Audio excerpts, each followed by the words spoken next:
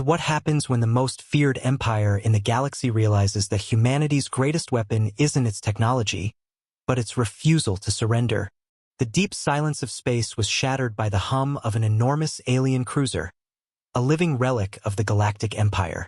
Drifting through the boundless expanse of the Andromeda Galaxy, this colossal vessel was not just a ship. It was a symbol of dominance, an instrument of fear that had crushed countless worlds under its shadow.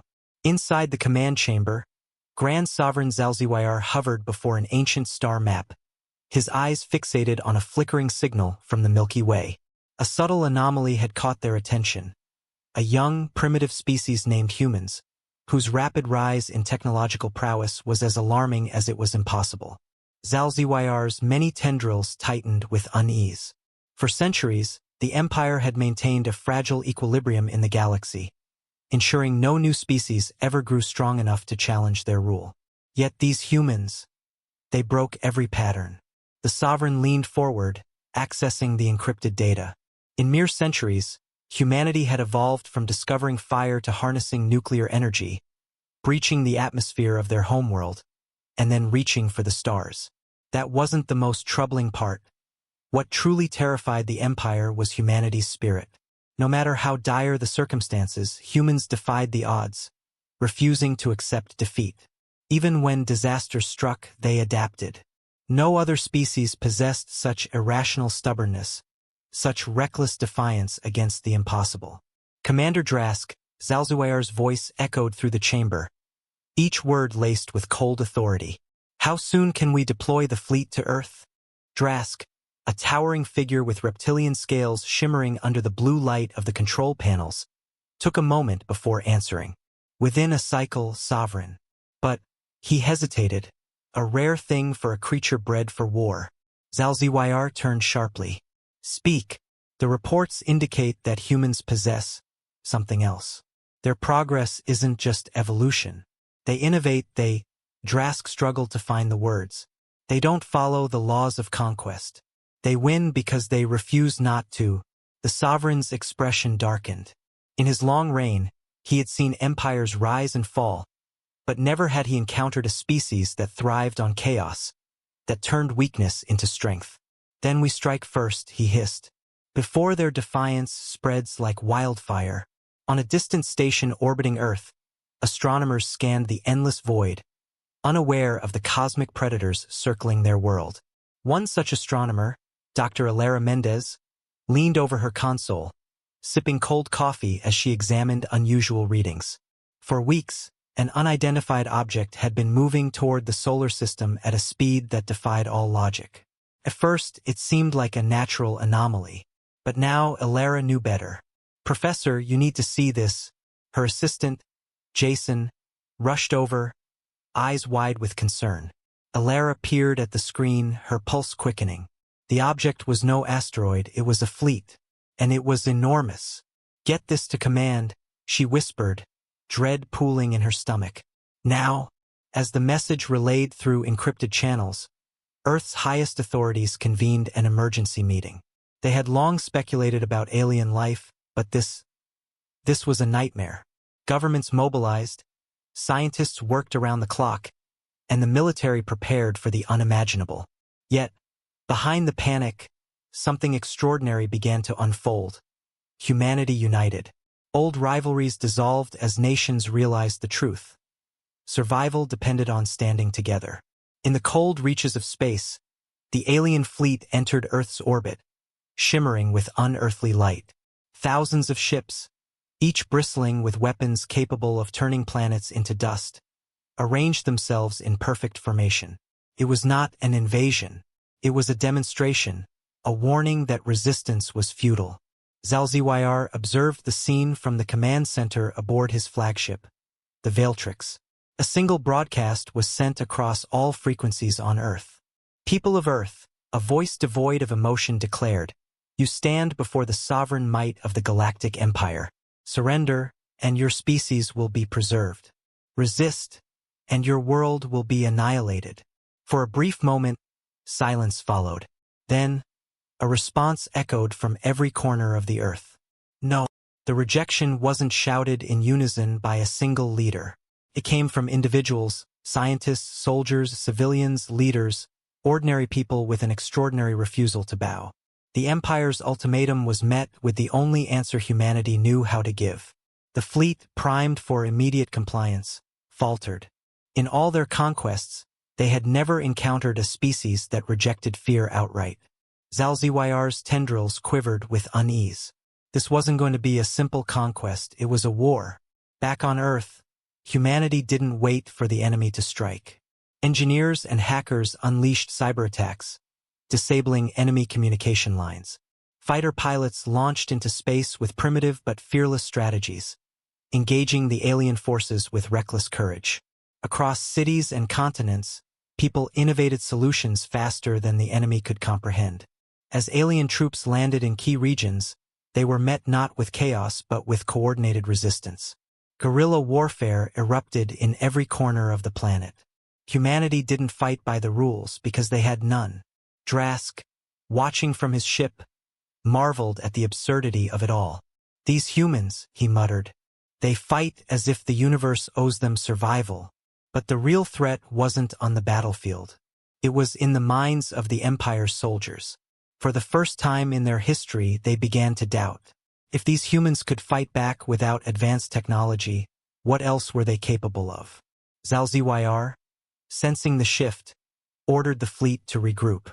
The battle was far from over, but something had changed. The Galactic Empire had awakened a force they didn't understand, a force that thrived on adversity. And in the quiet moments before the next assault, a chilling thought gripped Zalzywayar's mind. What if humanity wasn't just fighting to survive? What if they were fighting to win? This was no longer a mere invasion. This was a confrontation with something the Empire had never accounted for. A species that believed the impossible was just a challenge waiting to be overcome. The Galactic Empire had made its first mistake, and humanity was about to show them why it would be their last. The vastness of space became a battlefield, where alien cruisers hovered like gods above a defiant Earth. Alien soldiers advanced with technology centuries beyond anything humans had seen, but what they found on the ground wasn't submission. It was chaos wrapped in defiance. Guerrilla fighters emerged from every corner of the world, using the terrain and improvised weapons to disrupt the alien ground forces. Cities became fortresses, and forests turned into battlegrounds. Hackers brought down alien ships using nothing more than reprogrammed satellites. Farmers armed with drones and students equipped with homemade EMPs fought alongside elite soldiers. Every person, whether young or old, scientist or mechanic, contributed to the struggle. From the ruined skyline of New York to the deserts of the Sahara, humanity showed the galaxy something terrifying. They didn't fear defeat, because they had never expected an easy fight. They fought because surrender wasn't an option. On board the flagship Veiltrix, Grand Sovereign Zalzywayar watched with growing frustration as the Earth refused to fall. The strategy of overwhelming force that had conquered countless worlds was crumbling. His fleet's weapons destroyed infrastructure, but the humans rebuilt faster than his forces could adjust. For every city they devastated, two more stood defiant. "Commander Drask," Zalzywayar hissed, "why haven't we crushed them yet? They are insects, primitive, reckless. What holds them together?" Drask, watching the chaos unfold on the battle screens, spoke with the grim realization that the Sovereign had overlooked a crucial truth. It's not just their weapons or strategies, Sovereign. They fight because they believe they can win. The Sovereign's tendrils coiled in fury. Belief. Of all things, this intangible force was shattering the might of the Galactic Empire. The humans had no reason to expect victory, yet they fought as if it were inevitable. It defied reason, and that was precisely why it worked.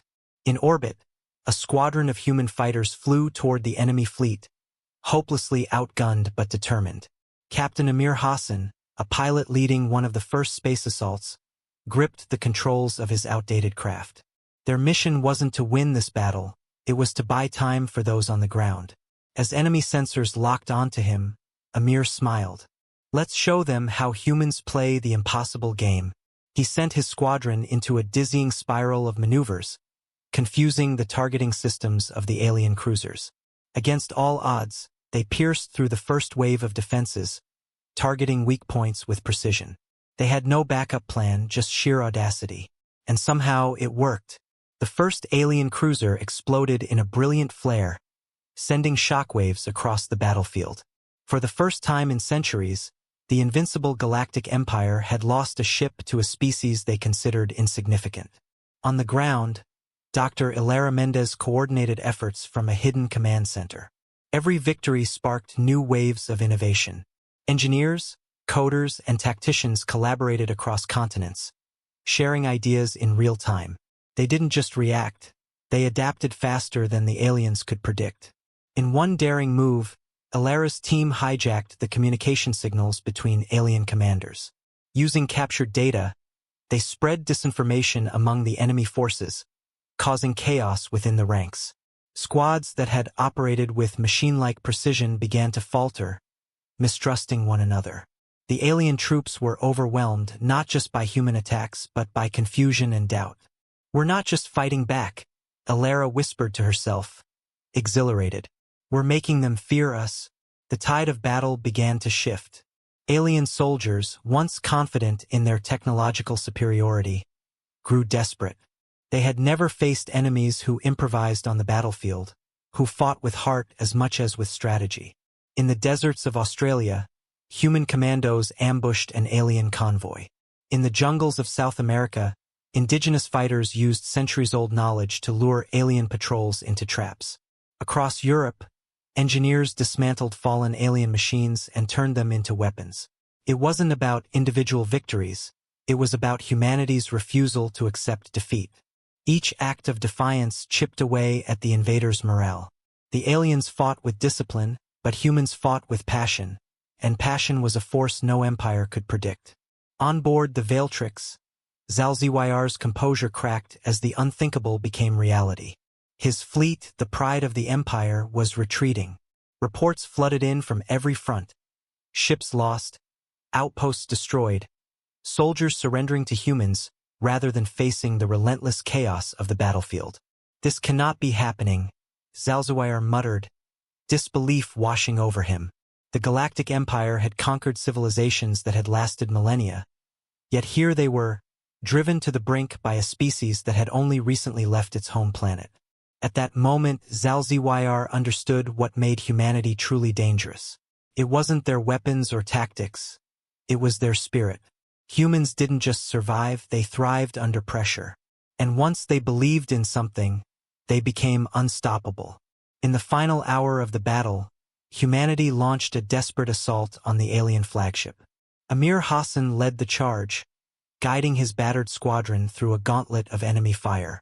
Every ship that followed him knew the odds of survival were slim, but they flew anyway. Amir's ship took hit after hit, but he refused to back down. With a last burst of speed, he aimed his fighter straight at the flagship's main reactor. "For Earth," he whispered, and plunged his ship into the heart of the enemy vessel. A blinding explosion erupted across the sky.